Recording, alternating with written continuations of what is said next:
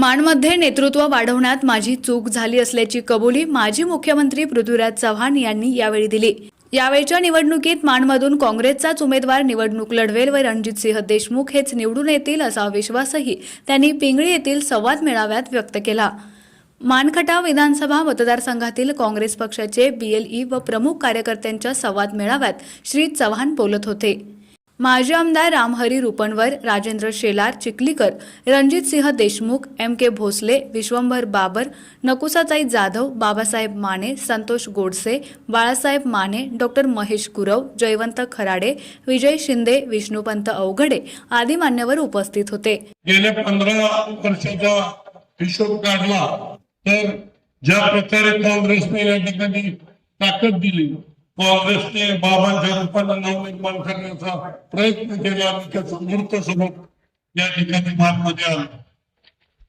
जर मागच्या 20-25 वर्षाचा इतिहास बघितला, ज्यावेळेस काँग्रेस आणि राष्ट्रवादी वेगळी झाली, 99चा अपवाद सोडला तर कायम या मतदारसंघामध्ये काँग्रेस विचारसरणीचा आणि काँग्रेसच्या पाठबळ देणारा आमदार या ठिकाणी निवडून आलेले। या ठिकाणच्या सगळ्या कार्यकर्त्यांची मागणी की भविष्यामध्ये काँग्रेसच्या कार्यकर्त्यांना या ठिकाणी काम करायला संधी मिळाली पाहिजे। यावेळी माजी मुख्यमंत्री पृथ्वीराज चव्हाण काय म्हणाले ते पाहू। निवडणुकीला काय झालं, त्याची वस्तुस्थिती काय होती, कारण त्या परिस्थितीमध्ये मी हा निर्णय घेण्यामध्ये प्रमुख भूमिका माझी होती। मागच्या वेळी माण खटाव विधानसभा मतदारसंघ आमच्या आघाडीच्या राजकारणामध्ये काँग्रेस पक्षाकडे होता, अगदी बिनशर्त काँग्रेस पक्षाकडे होता, तर कुठलाही वाद नव्हता आणि त्यामुळे 2019च्या निवडणुकीला काँग्रेस पक्षच हा उमेदवार लढवेल अशी आमची सर्वांची खात्री होती।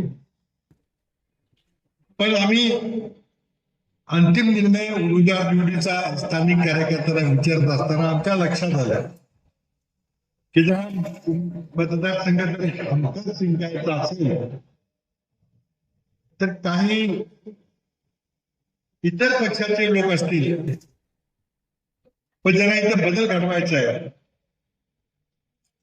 जे काय माझ्या हातून चूक झाली म्हणा, मी इथे ते नेतृत्व वाढायला मदत केली, त्याचा गुन्हेगार मी आहे, मान्य करतो मी, त्याची आता दुरुस्ती जर करायची असेल तर काय करायचं। आम्ही रणजितला विचारलं, इतर कार्यकर्त्यांना विचारलं आणि हा प्रस्ताव हा मान खटावच्या काँग्रेस कार्यकर्त्यांच्याकडून आला, आम्ही लादला नाही।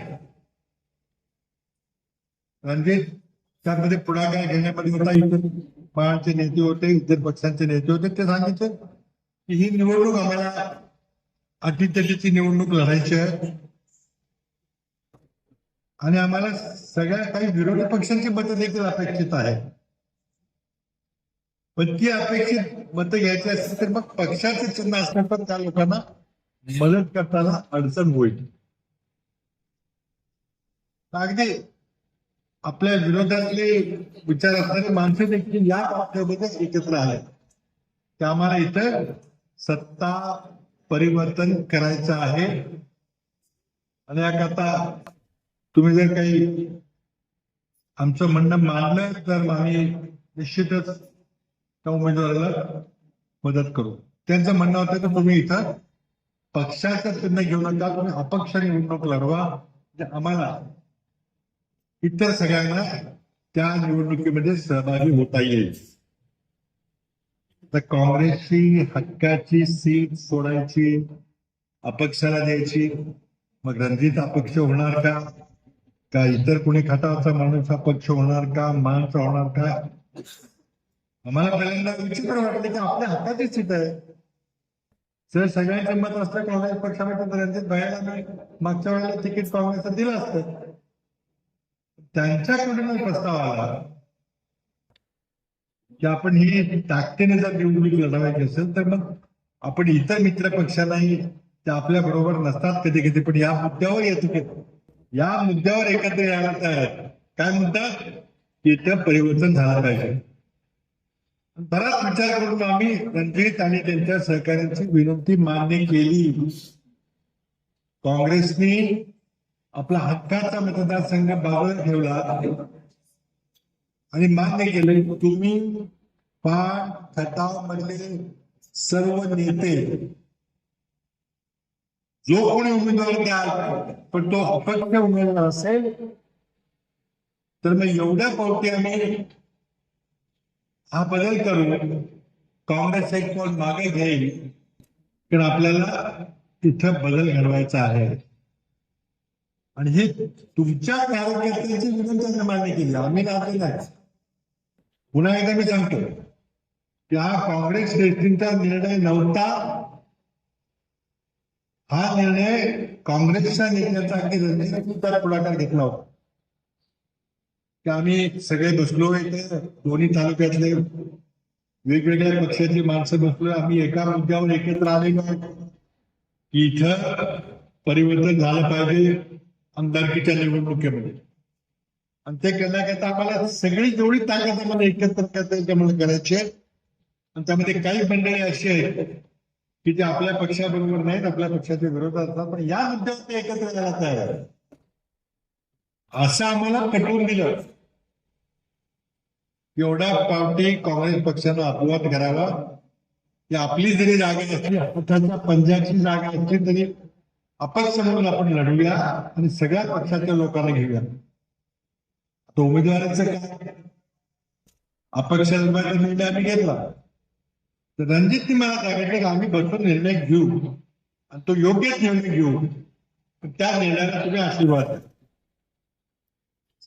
माझी खात्री होती की हा रणजित देशमुखांच्या बाजूनेच होईल आणि अपक्ष जरी असलं तरी रणजित देशमुख आमच्या विचाराचा कार्यकर्ता, आमचा या भागातला एक सुंदर नेतृत्व, उगवतं नेतृत्व आणि या परिसरामध्ये काही बदल करण्याचा प्रयत्न केलेला आहे. दूध गिरणी असेल, साखर कारखाना असेल, या माध्यमातून बदल करायचा प्रयत्न असेल तर रणजित देशमुखाचं नाव फायनल असं आम्हाला खात्री वाटली. पण यांनी काय तिथे तोड बघायला केला आम्हाला माहिती नाही. शेवटी रणजितचा फोन आला की आम्ही अमुक अमुक नाव निश्चित केले. मला धक्का बसला, मला तुम्ही असं कसं केलं. पण म्हणजे नाही, आता एवढे निवडणूक जिंकण्याकरता आम्हाला करावं लागतं, करावं. म्हणून हा निर्णय मान खटावच्या पक्षाचे आमच्या बाजूला सगळे होते नेते, वेगवेगळ्या पक्षात होते, त्यांनी निर्णय घेतला. हा काँग्रेस श्रेष्ठींनी निर्णय घेतला नव्हता. काँग्रेस श्रेष्ठींनी जागा सोडण्याची आमच्या अजिबात इच्छा नव्हती, पण ही जागा निर्विवादपणे निवडून यावी कारण त्या काही घटना घडल्या होत्या. विशेषतः देवेंद्र फडणवीस जे भाजपचे नेते त्यांनी जे काही प्लॅनिंग केलं होतं त्यात खोलात मी काही जात नाही. तर तिथं आम्हाला हे करू अशी विनंती केल्यानंतर आम्ही मान्य केलं आणि मग त्यांनी एक नाव आम्हाला दिलं आणि या अटीवर की या वेळेला आम्ही हा बदल करतोय. हा मतदारसंघ काँग्रेसचा आहे, काँग्रेसचा राहील, तिथं काँग्रेसचाच उमेदवार. या अटीवर वन टाइम एक्सेप्शन एक वेळेला आम्ही अपवाद हा केला आणि हा एक वेळेचा अपवाद आहे. कुणाला असं वाटत असेल की हे कायम झाले तर कायम झालेलं नाही, बिलकुल झालेलं नाही. त्यामुळं काँग्रेस पक्ष काही मागणी करेल सातारा जिल्ह्यामध्ये. त्यामध्ये सिटिंग आमदार असलेला आमचा दक्षिण कराड मतदारसंघ आहे. हा मतदारसंघ आहे. आणखी एखादा मतदारसंघ जिथं आम्हाला वाटतं की आमच्या मित्र पक्षाकडे उमेदवार नाही, आमच्याकडे चांगला उमेदवार आहे, तिथं आम्ही प्रयत्न करू, खेळीमेळीचं वातावरण करू. मला खात्री आहे की आजची जी मान खटावची राजकीय परिस्थिती आहे त्या परिस्थितीमध्ये लावाद न्यूज साठी एकनाथ वाघमोडे, दहिवडी.